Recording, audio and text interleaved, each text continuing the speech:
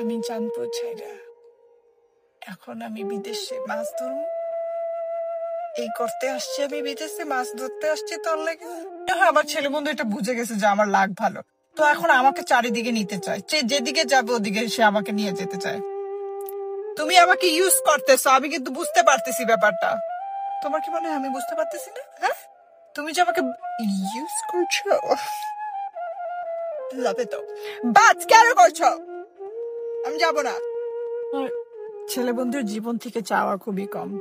তার বাপ তার বাপের থেকে সে জীবনে একটা জিনিসই পাইছে, সেটা হলো একটা নৌকা।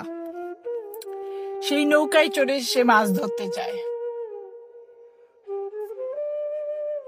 চাঁদপুরের একটা ইলিশ মাছের শহর।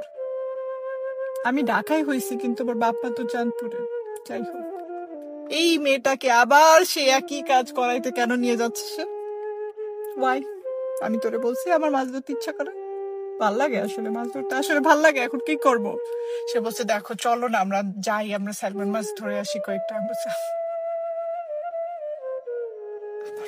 আমার ছেলে আর